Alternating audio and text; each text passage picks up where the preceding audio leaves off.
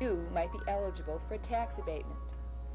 Reasons such as inaccurate building dimensions, or maybe you are affected by depreciating on-site influences like a wet basement or ledge. Or perhaps the sales assessment ratio study on similar properties is inaccurate. Stay tuned and find out if you are overassessed.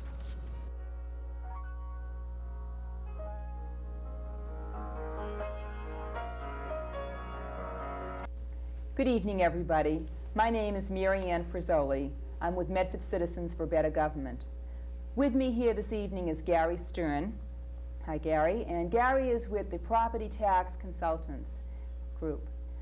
You probably just have received your tax bill, and the question must be, are you fairly and equitably assessed?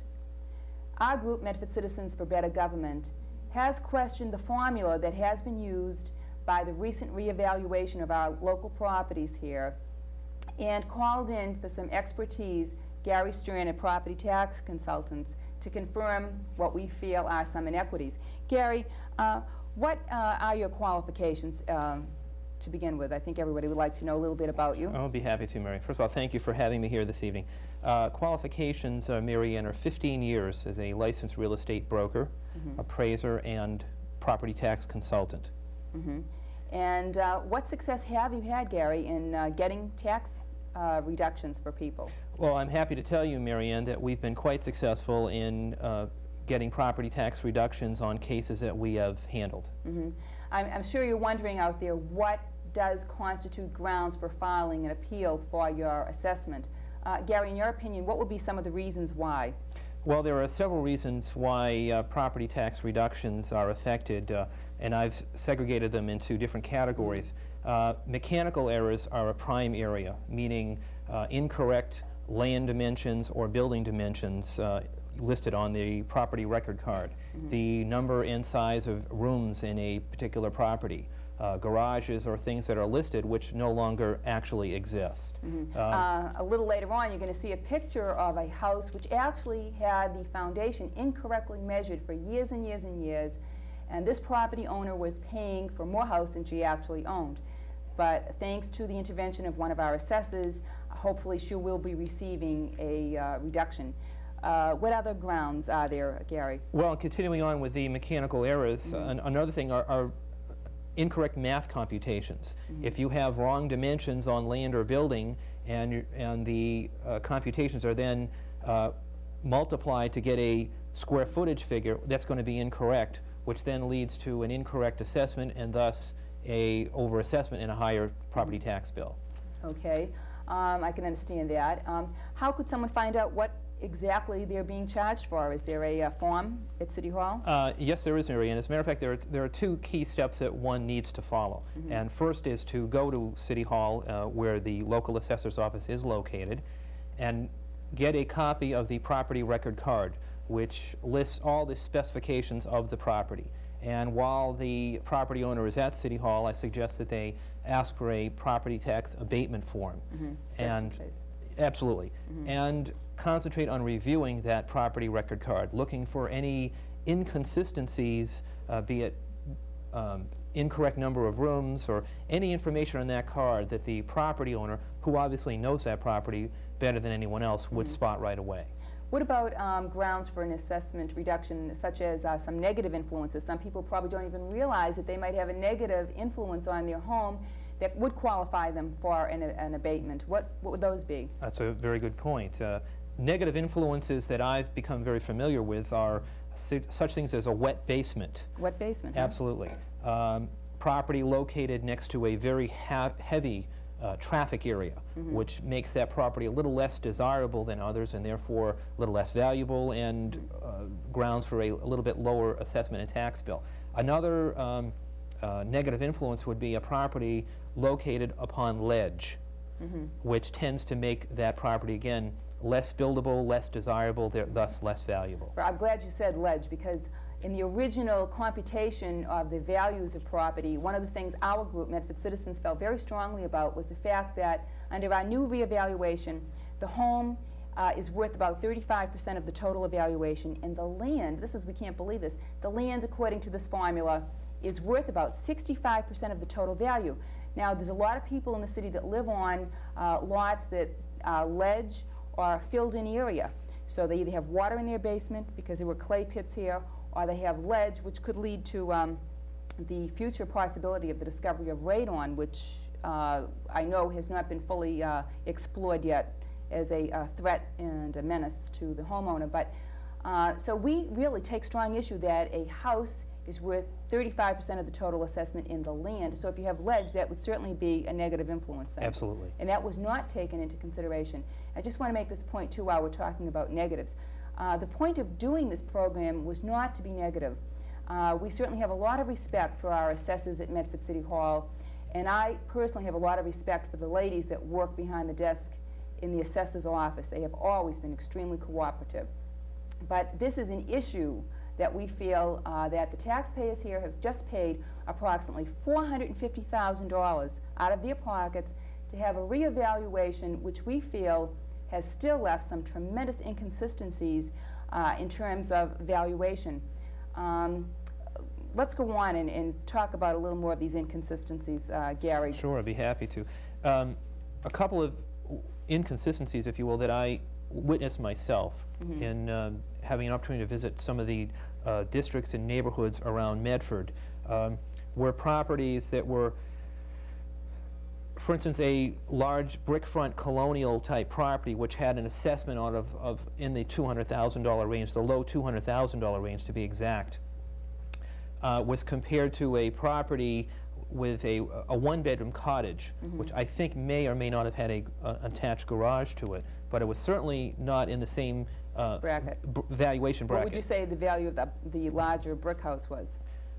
Well, I know that the assessment on it was in the $200,000 range, and in comparing it to the little cottage, which had an assessment, I believe, of $187,000, and they did not appear to be equal at all. Equal whatsoever. I know, and I know you probably in the home audience are looking forward to, we're going to be going to a little later on, a slideshow of some of the properties that we have gone out and photographed that we feel are the proof of the pudding that these inconsistencies do exist.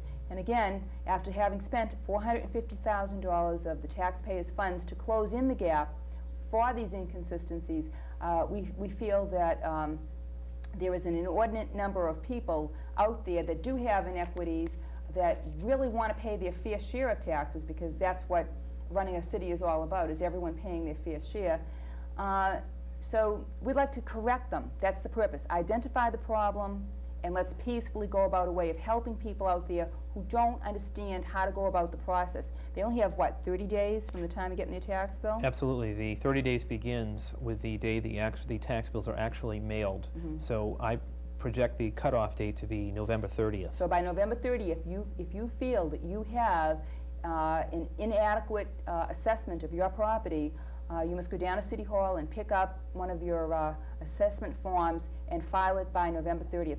We're going to go now in a few minutes to our slideshow that we had talked about, Gary. Are there any other last-minute points you'd like to bring up before we do that? Well, in addition, Mary Ann, to information one can review from their property record card, there are some other key areas that one needs to be aware of. What are they? Well, they are, an example would be an assessment on a property that is higher than the fair market value. Could you give us an example of that? An example would simply be that even if your property hasn't recently sold, or to use as an example, but there are properties, let's say on your street, that are similar in terms of amenities and number of rooms and perhaps style, and similar in most of the categories, and they may have sold.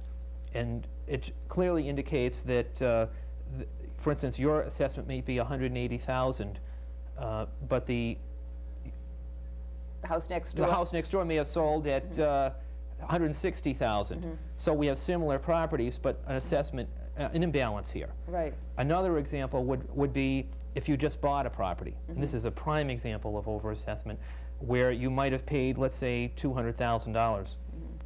but your tax bill indicates a value of $225,000. Right. That's a clear-cut case of an overassessment. Yes, and I know cases where that has happened, where properties have sold for one price and were assessed at a significantly higher ratio.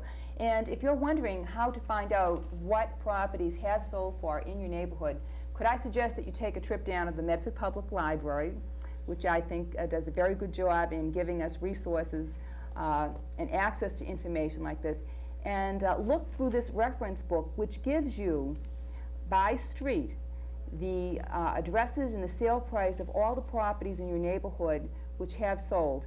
So you will be more familiar with what property is going for in your neighborhood. This is an excellent resource tool. Okay, what else, Gary?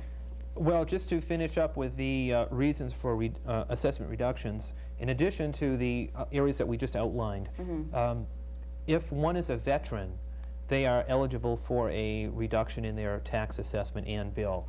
If one is a disabled veteran, or excuse me, or a wife of a disabled veteran. And if a senior citizen, and this is something that has to be clarified with your local assessor, but my understanding is that if you're 70 or over, you would qualify. And also, if you are legally blind, you would be qualify for an abatement. Right, and I think if anybody out there is having a particular hardship financially, that there are grounds for your also filing for an abatement and getting a little assistance from City Hall. And I'd like to let you know that Medford Citizens for a Better Government will be glad to help any individual out there who needs counseling as to how to go about doing this process.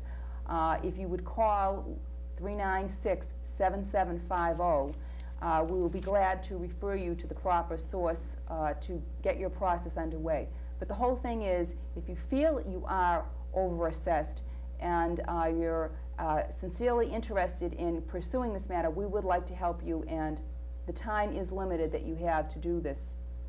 That's correct.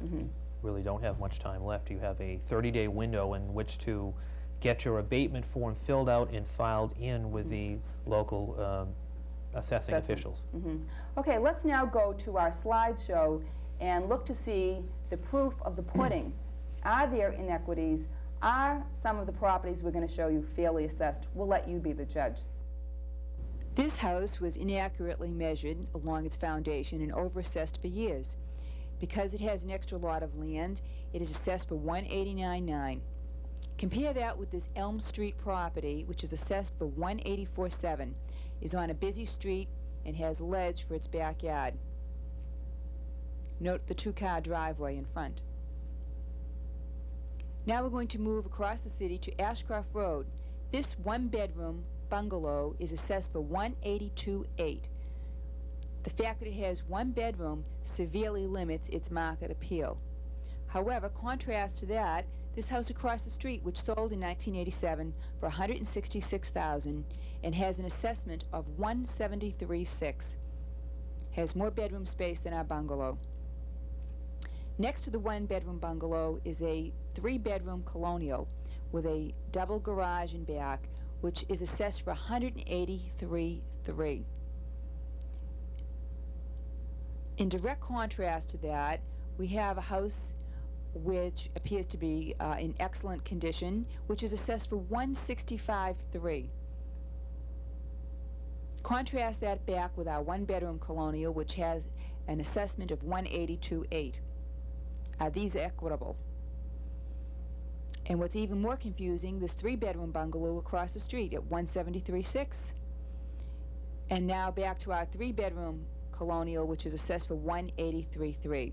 There seems to be an awful lot of inconsistency here, especially when you note that this house, which is in excellent condition, only has an assessment of $165,000. Moving to the more affluent section of town, we have this brick Lincoln Road colonial, which has an assessment of $226,700. Its neighbor, which recently was on the market, has an assessment of $247,900 and was marketed in the upper 200 level, and an equity, we believe, of at least $30,000 to $50,000. Contrast that to this colonial, which is on a busy street, Woburn Street, recently sold for $275,000 and has an assessment of $249,300. Also in the Lawrence Estate area, this Summit Road colonial contemporary is assessed for $289,900, which when we look at it, we question how the brick colonials down the street, this one which is assessed for $226,700 and certainly has the same value as the house that we just saw, could only have an assessment of $226,000, and its neighbor with the pool in the back an assessment of $249,300. Around the corner on Traincroft is a lovely Tudor colonial which is assessed in the low 300s, which is certainly more equitable for the neighborhood that it inhabits. This Lincoln Road home recently sold for $350,000, which gives us an idea of the value of the neighborhood that these other homes, which are assessed in the 220s, have. Certainly then, this house, which is assessed in the low 300s, has a more reasonable assessment. And this is what is happening, that when we have gaps in our assessments of between $40,000 to $50,000, such as these houses demonstrate, we have a problem. Moving to two-family houses, we have a two-family house in the Tufts area, which is assessed for $184,900. Contrast it with this house down along Central Ave, which is assessed in the 230s. Certainly, rent is the barometer here. This duplex on Foster Court, believe it or not, has an assessment of $265,000. The rents are the same, but the assessments vary almost $80,000. This gentleman on South Street, with his buildable lot, is assessed for almost $350,000. He has the burden of 93 overhead in a very busy street. That house on South Street shares the same problem this house on Myrtle Street has. It has a little extra lot of land which neither owner intends to build on, but must pay the price because of this inordinate formula which says that your land is worth 65% of your residential appraisal value, which we disagree. Up in North Medford, we found 8 lots of land, asking price $800,000. Well, Gary, that was quite a slideshow. What was your impression? Well, Marianne, I would say there were some very definite examples of some inconsistencies and some prime examples of overassessments. Mm-hmm. What amazes me most, Gary, is the fact that the inconsistency level, someone who lives in a, let's say, $180,000 neighborhood and goes out and checks the assessments of their neighbors, they're all going to be consistent. But we have neighborhoods where some of the properties are assessed at $160 and they should be assessed at $180, and we have other neighborhoods who are assessed at $160 and their assessments should be in the $150s, and there's a $30,000 gap. And what happens is, in the instance of the house that we saw, that was $100,000 under-assessed approximately. The gap, as you go into the more expensive neighborhoods, gets broader and broader and broader, and the degree of inequities gets wider and wider. Let's just review for people, however, some of the more simplistic assessment inequities that they might be able to pick up on their own and take some action on. Sure. Just to recap again, step one would be to visit your local assessor's office and to get a copy of your property record card, which, as we discussed earlier, has all the particulars on all the dimensions and amenities with regard to that particular property. And since the homeowner is going to be more familiar than anyone else with that property, they would be able to spot any inconsistencies on the property record card immediately. Mm-hmm. Even as far as measuring the foundation, as that one woman found that she was... I think that's a terrific idea, and that was and typically errors in computations with regard to dimensions of the foundation, shape and size of rooms, or land dimensions account for at least 50% of all tax reductions. Right. I also would, continuing on with what to do, I would also suggest that the property owner, when at the assessor's office, pick up a copy or a property tax abatement form along with the copy of the record card and bring that back. Mm-hmm. And if you're not sure, again, of where to find out what property is selling for in your neighborhood, don't forget to go to the library and you could check out the resources there. Gary, this gets more and more involved, so to speak, but there is some hotline that the Medford Citizens for Better Government has as a service to taxpayers out there. And that number to call, if you'd like more information, is 396-7750. We're going to be running along on the screen here for the homeowners a list of the reasons why their property could be inaccurately assessed as we're talking here, so that they'll know precisely some of the other reasons, Gary. So again, now, what's the deadline for filing? The deadline for filing, Mary Ann, in Massachusetts is you have 30 days from the date that the tax bill was mailed. And my projection is the cutoff date would be November 30th. And also for those homeowners who are condo owners, in my own personal research, I have found some tremendous inequities, in my opinion, of condo assessments. We have some condos assessed for as low as $109,000 in a building where most of the units are selling in the 130s, 140s, and 150s. So if you're a condominium owner, don't feel that you are excluded from this process of looking to see if you have a fair and accurate assessment. I guess the two-family home owners also are suffering quite a bit. A lot of them feel like they're penalized if they have relatives living in their home that are paying low rents and yet are carrying extra high assessments. We also will answer those questions if anybody has a question on two-family or multiple home ownership. Gary, is there anything else you'd like to share with everybody? Well, I would just like to spend a moment or two just to recap some of the other prime examples of overassessment, Sure. Mary Ann, in addition to the mechanical error side of the equation. The other thing to look at are, for instance, if you, as a homeowner, just recently purchased your home for, let's say, $200,000, and notice on your tax bill that your assessment is at $220,000, there's a clear indication of an overassessment right there. Or perhaps similar properties in your area to yours, I should say, have sold at a certain price level, which is below what your assessment is. That would be another indication of an overassessment. Right. Well, I'm sure there are many reasons, and I hope everyone out there does take the time to check out to see if they do have a fair and equitable assessment. The burden is upon the homeowner to make sure that their assessment is fair and accurate. I'd like to thank you, Gary, for coming down here this evening and spending your time and energy with us. And I'd like to thank all the many volunteers from Medford Community Cablevision who have given up a lot of time, both in taking slides, to go out and present this program for you as an educational service to you and the community. Please help us in our struggle to keep Medford Community Cablevision alive and well in Medford. Thank you again for joining us, and good luck with your assessment.